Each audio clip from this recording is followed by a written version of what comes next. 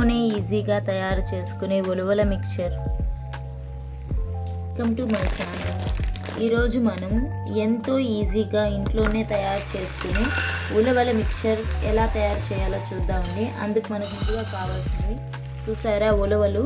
ఒక గిన్నె తీసుకొని ఈ ఉలవలని నేను 1.5 కప్ తీసుకుంటున్నానండి. వీటిని ఇలా వేసుకొని ఒక 2-3 టైమ్స్ బాగా వాష్ చేసి నైట్ అంతా నాననిద్దాం. లేకపోతే అట్లీస్ట్ 8 అవర్స్ అన్నా నానాలండి. మీకు ఒకసారి వాష్ చేసి నానబెట్టి చూపిస్తాను. చూసారా, నైట్ అంతా నానిన తర్వాత ఉలవలు ఎలా ఉన్నాయో. ఇప్పుడు మనం ఇందులోంచి వాటర్ని వంపేసి ఈ ఉలవల్ని నీట్గా ఒక క్లాత్ మీద ఆరబెట్టుకోవాలండి. అది ఎలాగో చూపిస్తాను. ఒక క్లాత్ తీసుకొని ఆ ఉలవలన్నిటిని ఇలా ఈ క్లాత్ మీద ఆరబెట్టాలండి. 1/2 అవర్ లేదా 1 అవర్ టైం పడుతుంది, బాగా ఆరాలి. సో ఇప్పుడు ఆరబెడదాము. ఒక 1 అవర్ అన్నా. 1 అవర్ అయిందండి. చూసారా, చేతికి అతుక్కొని కూడా అతుక్కోవడం లేదు, బాగా ఆరిపోయాయి. ఇప్పుడు వీటన్నిటిని మనం ఒక గిన్నెలో వేసుకుందాము. చూసారా, స్టవ్ మీద ఆయిల్ పెట్టి ఆయిల్ బాగా కాగనివ్వాలండి. ఆయిల్ బాగా కాగింది.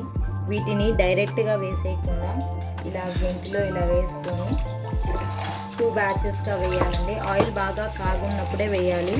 చూసారా, ఆయిల్ బాగా కాగింది. ఒకసారి ఇలా కలబెట్టి ఇలా వదిలేసేయండి. తర్వాత దీనిని మీడియం ఫ్లేమ్ పెట్టాలండి. మీడియం ఫ్లేమ్ మీద వేయించుకోవాలి. చూసారా, పగులుతాయి, ఇవి టప్ టప్ అని పగులుతాయి. కొంచెం దూరంగానే ఉండండి, లేకపోతే మీ ఫేస్కి అడ్డంగా ఏదైనా ప్లేట్ ఏదైనా పెట్టుకోండి. ఇలాగే వేయించుకోవాలి.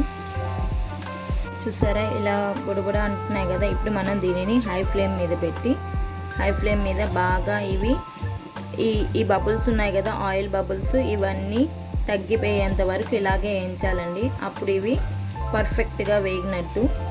చూసారు, ఇంకా బబుల్స్ తగ్గలేదు. ఈ నురగ ఉంది కదా, ఈ నురగంతా తగ్గాలి. అప్పుడు దాకా వేయించుదాం. చూసారా, నురగంతా తగ్గిపోయింది. ఇప్పుడు సిమ్ పెట్టేసి వీటన్నిటిని మనం ఇలా సపరేట్ చేసేద్దాం. చూసారా, అంతా పప్పులన్నీ ఎలా పైకి తేలుతున్నాయో. సో అంటే ఇది రెడీ అయిపోయినట్టేనండి. ఇలా తీసేద్దాం. తర్వాత ఇందులోని ఈ శనక్కాయ పప్పులను కూడా ఇలా వేయిస్తామండి. వీటిని కూడా కొంచెం ఎర్రగా వేపి తీసుకుందాం. చూసారా, ఇలా ఎర్రగా వేగాయి కదా. ఇప్పుడు మనం తీసేద్దాం. చూసారా, నేను ఇందులోని పచ్చెనగపప్పు కూడా వేయించి వేసానండి, పల్లీలు అండ్ వీటన్నిటిని. చూసారా, ఇవి వేడిగా ఉన్నప్పుడే మనం ఇందులో ఉప్పు, కారం ఇవన్నీ మిక్స్ చేసుకుందాం. చిటికెడు పసుపు, 1/2 టేబుల్ స్పూన్ ఉప్పు, మీరు తినగలిగేంత కొంచెం స్పైసీగా ఉండే చిల్లీ పౌడర్.